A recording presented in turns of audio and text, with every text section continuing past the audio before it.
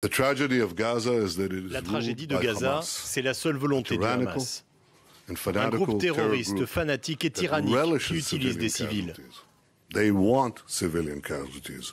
They use them as PR fodder. So it's not that they don't want them. They want them. Hamas adopte une stratégie qui sacrifie des civils. Il les utilise comme des boucliers humains, les met en danger et font en sorte d'augmenter le nombre des victimes. Gaza's civilians. They use them as human shields. They endanger them and deliberately increase the death toll. Et nous sommes en ligne avec Laurence Saïm, notre envoyé spécial à Jérusalem. Laurence, c'est la première fois que Benjamin Netanyahou prend la parole depuis le début de la trêve. Oui, absolument. Et ce qui est très intéressant, c'est que Benjamin Netanyahou avait convoqué la presse étrangère pour faire cette conférence de presse. En majorité, à notre connaissance, beaucoup de journalistes américains qui ont demandé au Premier ministre de justifier la riposte de l'armée israélienne à ce qui se passait à Gaza. Et le Premier ministre, eh bien, vous l'avez dit, a précisé, la réponse était appropriée et proportionnée. Alors, au niveau de la communication politique, il faut savoir qu'aujourd'hui, Ben Ki-moon, le secrétaire général des Nations Unies, a encore une fois critiqué très sévèrement ce qui s'est passé à Gaza avec les 1800 morts palestiniens, les 9000 blessés.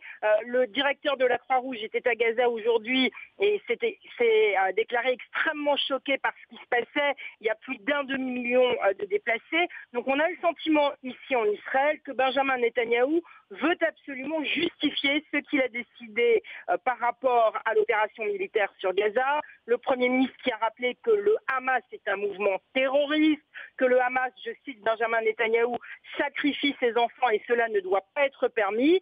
Et pour Benjamin Netanyahou, eh bien, c'est éradiquer le terrorisme que de faire ce qui s'est passé à Gaza. Encore une fois, Benjamin Netanyahou qui considère que le Hamas est un véritable mouvement terroriste. Benjamin Netanyahou qui aussi dans cette conférence de presse assez surprenante a pris peu de questions et a montré à la presse internationale des petits films faits par l'armée israélienne pour encore et toujours justifier le fait que des frappes aient eu lieu sur des hôpitaux, sur des écoles, sur des mosquées. Et donc dans ces films, on voyait des gens qui, selon Benjamin Netanyahou, étaient des civils et des roquettes tirées au milieu de ces civils. Bref, un exercice de communication, de justification de Benjamin Netanyahou pour encore une fois répondre aux critiques de la communauté internationale par rapport à l'intervention militaire sur Gaza.